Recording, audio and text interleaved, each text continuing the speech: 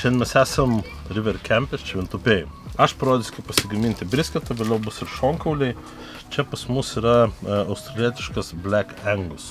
Mes jį siunčiamės kas 3 mėnesius. Jisai sveria maždaug apie 6 kg.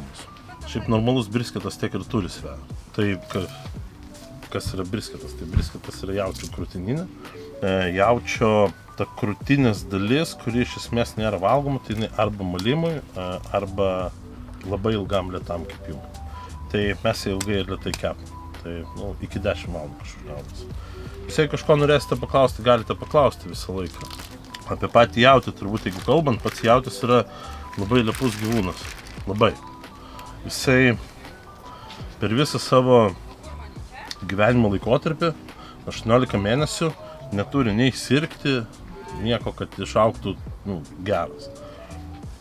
Ir po to atsiranda ten išpjaustymo, po skerdimo, tu jį turi atvesinti labai greitai, 4 laipsnių, nes po to jisai praranda ir skoninės savybės daug, jo brandinti nebegali. Atvesini, išpjaustai, tada brandini, tada vėl pjaustai į steikus, tai labai, jam ypatingai daug reikia skirti dėmesio. Ir ką mes čia turim? Mes turim irgi viso jo negali kepti, nes jisai bus tiesiog nevalgomas ir nekramtamas. Labai svarbu suprasti, kur yra tos vietos, kurias reikia nusipjaustyti. Tai yra, man atrodo, angliškai bus silver skin. Bet ką mes darom su šitais visais dalykais? Tai mes juos dedam į malimą. Mes malom ir darom dešras ir burgerius. Nes čia yra visiškai kitoks laisvės negu visam kitam jaučiui. Kitoks riebas, kitokį skonį turi. Jisai sultingumą išlaiko, traškumą tokį turi. Bet irgi visiškai nupjausti negalima, nes ilgam kepime turi turėti riebalą pakankamai. Ir va, netgi čia riebalas jisai skiriasi. Po skirtingų vietų skirtingas yra riebalas. Labai svarbu, aš jį apipjaustau net šonus, tai kad jis kiek įmanoma visur būtų panašaus storio. Nes tada tiesiog čia perkeps, čia nenukeps. Ir va tokius, pavyzdžiui, dalykus irgi galima mesti kepti šalia. Ir jie labai skanėti, kaip burn ends.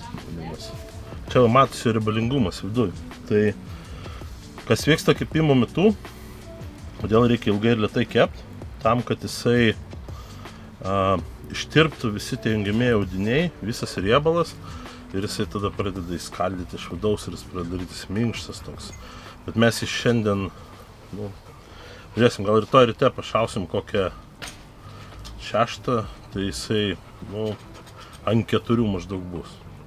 Tada bus labai labai skanu. Kažkur jo, mes tai visą laiką skaičiuojam. Tai va, čia mes turim rabą, kurį mes daromės. Tai prieskonių mišiniai, tai čionais, jų yra daug įvairių. Pagrindinės sudedamosios dalis yra druska, cukrus ir aš dar visą laiką, ypač jautieną, dedu kavos šiek tiek. Apie 6% maltos kavos. Jo, labai gerai, jis duoda ir spalvą, bet kavos skonio nesijaučia. Ir vaikai gali ramiai valgyti, nieko ten nebus. Ir tada nepagailėti reikia rabo. Esmė yra, visi laik klausia dėl mėsos marinavimo. Mėsos marinavimas pats toks, kaip iš esmės, jeigu yra galimybė, galima palikti, bet šiaip nelabai reikia. Nes kepimo metu visa ta mėsa, jinai užtenka 15 minučių prieš ir visa mėsa po truputį kepdama įsisavina į vidų tos visus prieskonius.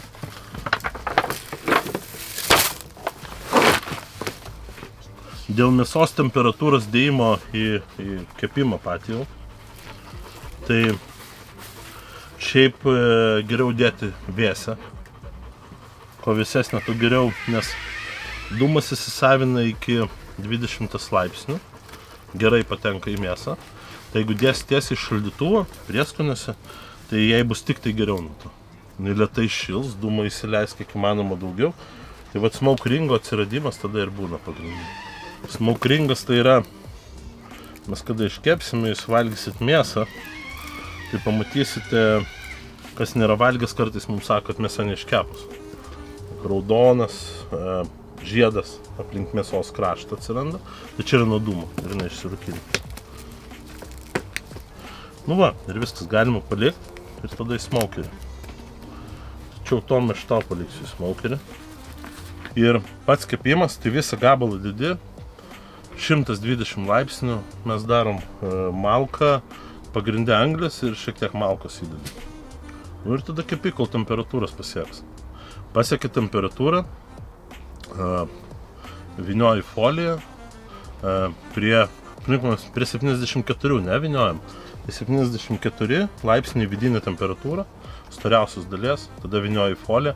Ką aš dar darau, įdedu pilų alaus į foliją, į vidų, jau kai vynioju. Tamsus, kuo tamsesnis alus, tai ten baltijos koks su karamelė yra, pasakiškai gerai. Ir tada tu toliau realiai tu ją troškini biškį, stymini tame. Ir per 94 išsitrauki ir palieki. Palieki, nieko nedarai, apie valandą.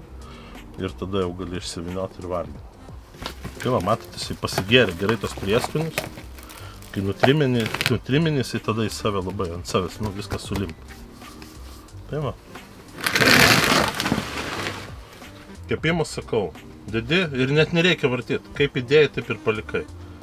120 laipsnių, daugiau nelabai reikia kelt. Kada įvynioji foliją, gali tada sukelt, bet jautinai reikia laiko ir temperatūros. Ilgo laiko ir temperatūros ne per aukštos, kad neperėti.